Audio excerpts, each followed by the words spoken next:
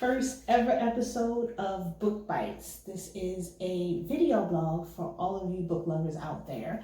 So of course, this is our first run, so forgive us for any errors. And this is my wonderful mother. Hello. Hello, everyone. Hello. And so we're going to be discussing all things books in this video blog. So I brought my mother along, Miss Sharon, to discuss her favorite book and give you a little insight on what that book is. So, without further ado, we're going to talk about Maya Angelou's I Know Why the Caged Bird Sings. Okay, so are you excited? Very excited. Like I said, actually, you're named after Maya Angelou. I changed your name. I had the pleasure of meeting with her when I was in college. Mm-hmm. And I wasn't so much impressed with her writing at that time. When I saw her in person and was able to actually speak with her, okay, it gave me a little bit more insight of the woman she was. Okay, all right. So let's get into the book a little bit. So can you tell me, this of course is her autobiography. Mm-hmm. So can you tell me what you love about this book and why you think it deserves to be part of the African American literary tradition? Well, it basically is a coming of age for a young African American. And what I enjoy about it is because it tells every aspect. Most of us in that genre of that age group has some roots in the South. And so to be able to incorporate that in her writing so that we understand that we do have deep roots in the South, mm-hmm. and how she went through the prejudices, the challenges of life to get her to the point she was, how she basically had a awakening, a reckoning, when she became a mother is phenomenal to me personally, because it kind of adds another layer and dimension to who you are as a woman. Absolutely, absolutely. And when we speak about womanism in African American literature, it's so important to discuss not only the aspect of identity, mm-hmm. among African American women when they have to deal with race, but right. also how they feel as a woman, yes. and how all of those factors intersect, not only their race, but their gender, their identity in African American literature, right. as well as how that relates to the culture itself, yes. and being, of course, in the United States as a Black woman. Well, a lot of things that I know, society as overall has always tried to shame the Black woman, mm-hmm. more so than they would a Black man, because if she became a mother, if she became out of, as they quote, out of wedlock mother, mm-hmm. That was something to be shameful. If she sacrificed, if she decided she wanted to be a professional woman and didn't take care of her own children, that was something to be shameful. Mm-hmm. If someone else assisted her with helping take care of her children, they labeled her as being incompetent. Mm-hmm. That was something to be shameful. So she proved that you can also be a mother, be a professional, not have any shame in what you do, what mm-hmm. you decide to do, because at the end of the day, it's your choice. Mm-hmm. And if that's what you want to do, you have every right to be in your person, mm-hmm. and express yourself the way you want to be expressed, not the way society labels you to be. That's a very good point. That's a very good point. Okay. So, in this book, what is your favorite parts or part? I know this is a huge book. Well, to just say one part, it can right. be your favorite. I definitely have my favorite, which we'll discuss. Right. But can you give me some points that you feel is just, your favorite points in the book, and then how it relates to you? Well, I know a lot of people have concentrated on the tragedies that she encountered in her life. But I think all those tragedies helped to develop her into the person she was. Mm-hmm. What I love most about the entire book actually happened in the last 2 pages of the book. Okay. Is when she had a child, mm-hmm. and how she was afraid of dealing with that child. And her mother said to her, if you always do have the plan to do the right thing, mm-hmm. the right thing will happen. Okay. And so it doesn't matter if you become a mother, if you become a lawyer, if you become anything. If you're doing the right thing will happen. So that's my favorite part of the book. I don't dwell on the tragedy as a significant aspect to discuss, because it's just a piece of Maya Angelou. It's just one. She's not the sum of her mistakes. No, she's not. And not all of them were mistakes themselves. She was a victim at some point, but that doesn't say, okay, this happened to you, so you should feel this way. No, I don't believe that. Okay. One of my favorite parts in this book is sort of when she does sort of develop her own sort of agency, and it's something as simple as her name. So of course my favorite part, interesting enough, is when she forces the supervisor that she was with to call her by her right name. Right.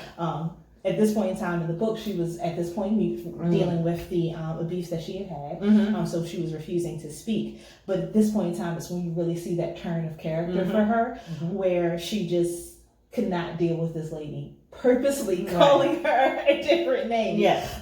She was very adamant about that. It's struck down deep. And I think what's so interesting about that is when you read a lot of books in the African American tradition, there's a lot about the name and how much significance your name holds. Yes. And for a lot of course, African Americans, we were renamed, during the transatlantic slave trade and named to some other things. So I think it's super important in this book when she says, my name is not Mary. It is not Mary. And she chooses to make some actions to ensure that this lady will never call her out of her name again. And it may seem something so simple as it's just another name. Right. It's not like she called her a nigger or a bitch. Right. It's not that. But by not giving her the respect of calling her by her name, it is saying that she is less than or inferior. And I love that she takes some steps in the right direction. And after that, you just see this dynamic change within her. She's starting to grow. She's starting to learn within herself. And that's one of the vital points of this writing, is that she says, hold your own identity. That it is your own. No one can take that from you. No one can give you your identity. Your identity is your own. So no matter what you've gone through or who you've encountered, be constant in that. Own your identity. And be aware of it, and don't feel like you have to hold back. Don't feel that you have to say, oh, okay, I need to fit in here, so I'm going to change my identity for this. No, own your identity, maintain your identity, and let the world know this is who I am. Absolutely. And this is who I'm going to be. So, I think this is a vital book for anyone who has not read any of her writings, especially African American female, is doing herself a disservice. Absolutely. Okay, so 2 points that we want to definitely bring up is, one, the first time you read this book, because I'm a strong believer that the first time you encounter a book that really touches you, you have to explain the feeling. A true book lover knows what it's like to read a book and if it to totally just have this impact on you. And thanks to you, I'm a super book lover, honestly. So with that being said, please tell me about the first time you read this book. Can you tell me about your life at that time? Without being too personal, but can you tell me about what it was like to read this book the first time? Can you think back? Like a lot of people always say, I wish I could remember the first time I ever had bacon and how wonderful that feels. Let's think back on the first time you ever read this book, and can you even recall what that moment was like? Well, the first time I ever read the book, I was in high school, and one of my teachers, she was one of those, I'm not going to say hippie, but she's just one of those real cool teachers. She was an English teacher. Is this the 1990s when you were a teenager? I wish it were. It's a little longer than that. And she suggested it. Now, you have to understand, when I read it, I was a teenager. I was 16, so I was still in the very impressionable stage. Okay. But even still, I mean, because, it has some hard-hitting stuff in the book. Okay. So you have to absorb that. But I didn't really appreciate I Know Why the Caged Bird Sings until I say maybe I was about 28, 29. So you had to go back again. Right. And I was going through something and I just happened to come across it on my bookshelf and I sat down and read it again. And then that's when it says, you know what? You have the power and no one can take that power from you. So the book kind of called back to you. Yes. Very interesting. Very, very interesting. Yes. I think a lot of books are like that you get a sign reading sometimes, and then you kind of like, I don't think I was at the age where I could appreciate that. Yeah, right. What's interesting, I just had a recent conversation about Zora Neale Hurston's Their Eyes Are Watching God. Right. And we were going over certain points about her saying, wow, that part of the story never really paid attention to that. And it's the space that you're in when you read it because your maturity level. Yeah. I don't think you could appreciate it at the age where I was forced to read it. And I say forced because it was assigned reading in school. During middle school, I don't think I could fully appreciate everything that Hurston has to offer. So that's very interesting that this was assigned reading for you. Yes. And it really didn't click. It didn't. Until later on. It clicked to the degree where, wow, this lady is really heavy. But as far as it relating to who I was, I didn't relate to her until I was in my later 20s. Okay. Because then, like I said, I was becoming my own woman. And then I could say, okay, this part she was talking about, just like you said, your name. Certain things, it's like, okay, now I see how what she meant when she said that. So yeah, so it's one of those that if you read it young, you got to go back and read it when you're older. And touch base. Okay. And what do you think overall was? And this is our final question. What do you think overall was Maya's message to us now that she's passed? Rest in peace.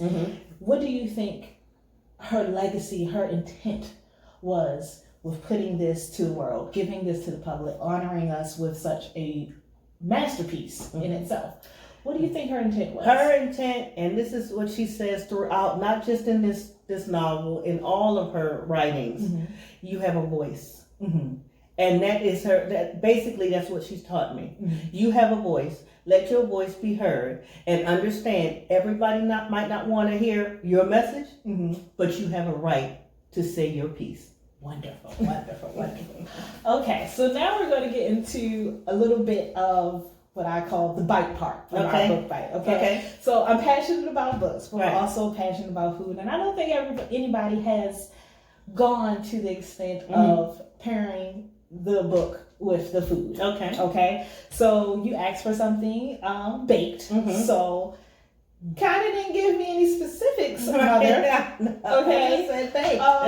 So we're going to go off of that. So we're going to give you your baked dish. So we can talk about that. Okay. And then when we get some more subscribers, Lord willing, we're going to go ahead and call that into fruition. All right. Okay. They can, subscribe and get the recipe later. Okay. So we'll have some followers who will not only discuss these books with us, that they love the literature, but also love the food as well. Right. Because at the end of the day, not only does the book feed the soul, but you also have to have some real substance. Okay. Excellent. Excellent. Pull that. You get it? Okay. All right. So let's talk about this dish right here. Okay. A little close up. Okay. So let's talk about this dish that's for you. This would be brown rice, gravy, traditional with turkey wings. You know that's one of your favorites. And some green beans with some smoked meat in there. Right. Like she says, turkey is my favorite, and she knows I don't eat white rice, so I always have some brown rice, a little bit healthier for you. Gravy is excellent. And the gravy, of course, is cooked from scratch because that's the way you should do it, the traditional way. So while we're enjoying that, you know, definitely come back. This is our very first book bite. I hope that you enjoy it. Excellent. We're going to do some more, of course. And if you have any contact information, this is May J Publishing. You're welcome to go to the website. The link is there. If you have any questions, if you have any opinions or comments about this wonderful book, Maya Angelou, I Know Why the Caged Bird Sings, please let me know. Fill out the contact. I will definitely get back to you. All right. We'll see you next time. Thank you. My eyes too much.